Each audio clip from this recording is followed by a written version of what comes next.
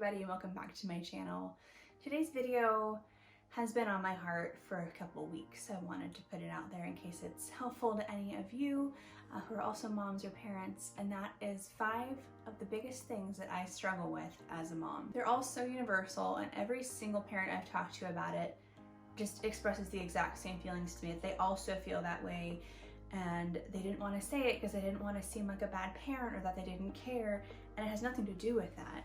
It's all about the things that are just hard, especially when you care so much about this tiny little person that you love with your entire heart and soul. So that's why I wanted to make this video today. The first thing that I struggle with as a mom is my pride. I want to be able to do it all and be everything to everyone. And when I can't do that, I feel like a failure. And that's not true. That's my pride and my ego telling me that I've let people down and I've let myself down and I'm not good enough. But it's something I struggle with every single day. I have a really hard time accepting when something isn't working and that I need to either stop it or change course or try it from a different direction. And instead I'll just think that I'm just not working hard enough and I'm not doing enough and I'm not pushing enough. And if I was a little bit more dedicated, or if I put a little bit more time in, it would work out. And sometimes that's just not true. You know, every single baby and kid and family is different. And sometimes you just need to go a different direction and you'll end up at the same result. And being able to be flexible like that is something that I'm really, really trying to get better at. I have a really hard time acknowledging in a way that isn't self-shaming that I do not and I cannot have it all together, and that's not realistic. And that leads into my next big thing that I have trouble with as a mom is perfectionism. And that's just something for me in general, even before I was a parent, that I struggled with. I want everything to be just so and perfectly curated and placed and clean and perfect and perfect and perfect. And I will run myself ragged to make sure that everything is perfect, that there isn't a little speck of cat hair on my dresser, that there isn't a weird spot on the floor over there that I didn't know what it was, so I must not be paying attention enough to know what that random little thing is. And this shame spiral of I'm not good enough, I'm not doing enough, and I have not accomplished enough starts.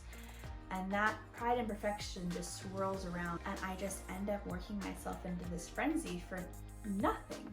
Like, who cares? Who cares if there's cat hair on my dresser? Like, obviously I don't want my dresser to be fuzzy, but you know, like, life happens and it's not always going to be perfect. And then I think to myself, what am I modeling for Charlie? What am I modeling for my daughter that it's okay and it's expected to go to these extremes for things that really don't matter? And so that's something that I've been really trying to be aware of and really think to myself, is this a necessary thing that I'm doing right now? Or is this feeding an anxiety or an insecurity about myself that I'm trying to prove internally that I'm worthy, so I'm going to do and do and do and do and accomplish? Is that what's happening? Or does this task really need to get done to this degree? And that's been helping to keep everything in perspective for me. Because what I don't want to happen is to model this behavior to Charlie and have her grow up thinking that that is what's expected of her, and that if everything isn't perfect at all times, then she's failed, because she hasn't.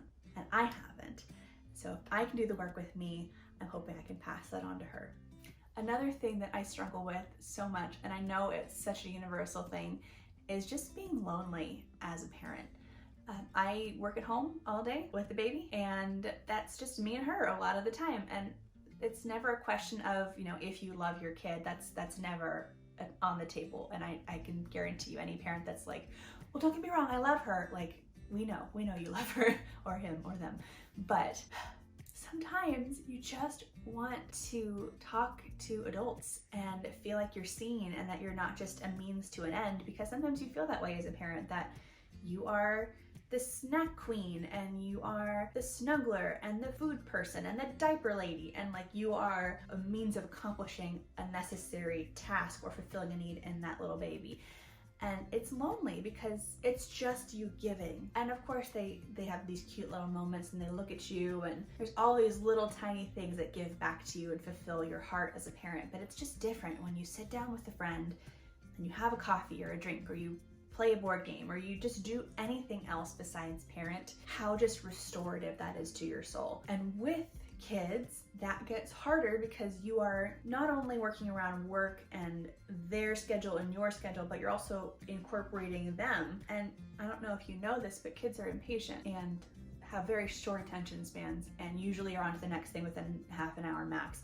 So trying to coordinate all of those sometimes feels like way more trouble than it's worth. And so you just don't, and then you're alone and you're lonely. I am so grateful for friends that get that and that don't take that personal, and that if they don't hear from me for a week or two, it's not because I don't like you, it's because I've got 17 other tiny worlds that I'm trying to keep all balanced together. It's not that I don't like you or you annoyed me or I'm tired talking to you. It's just that I have all these little things that I'm trying to keep together, and sometimes trying to pack them all up in a box to haul them off to hang out with someone else is just too much that week or that month. So thank you to all the friends and family that are flexible and totally get that some weeks are better than others, and I'm social butterfly on Monday, but I'm a recluse on Thursday. I appreciate you, and thank you for loving me and coming to me and spending time with me in spite of that, because I do love you and I do miss you. Another really big thing that I struggle with, prioritizing time to take care of myself, has been a real struggle for me. I 9.9 times out of 10 will prioritize sweeping the floor, making the bed, doing the laundry, doing the dishes, working, paying the bills, just literally anything and everything over taking care of myself, and even the most basic ways.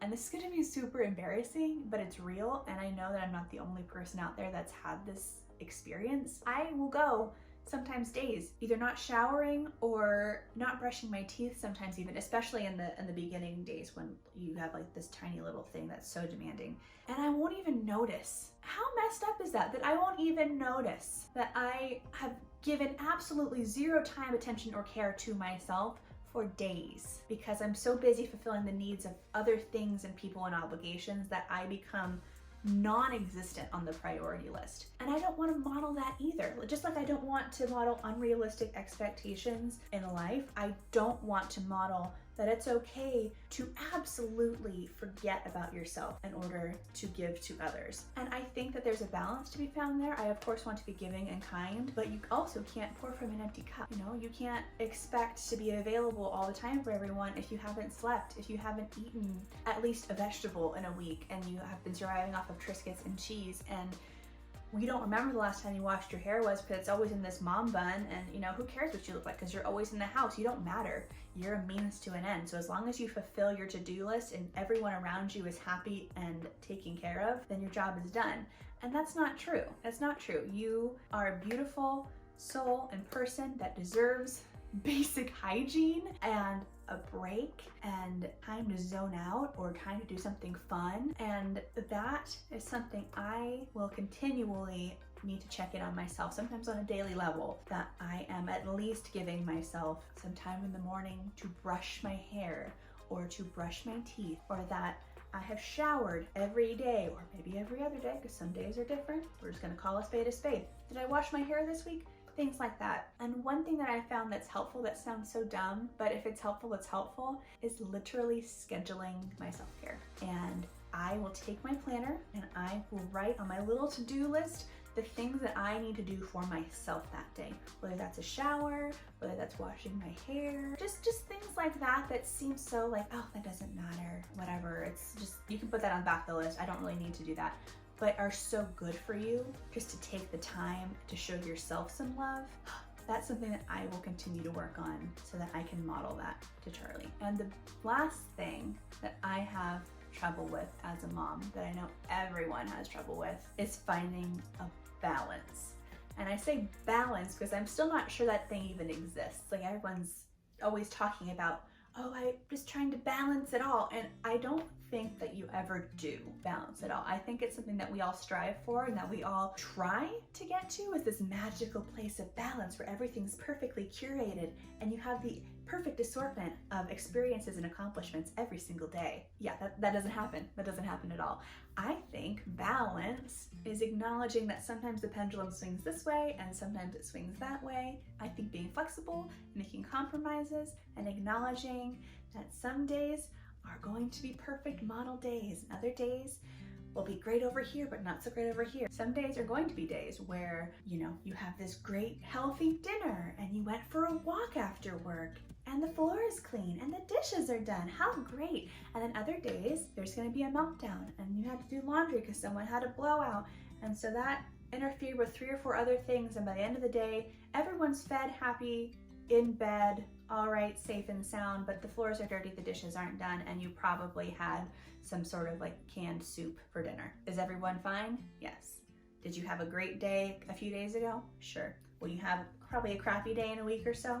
Probably, it happens, but being okay with the big picture all being good and having the perspective to know that good isn't perfect. Those are the 5 things that I struggle with as a parent the most. And I feel like those are going to shift with time and with where Charlie is and where I am and what we've learned and where life is. But that's where I'm at right now. And I know that so many of you are probably feeling similarly. And if you are, I see you.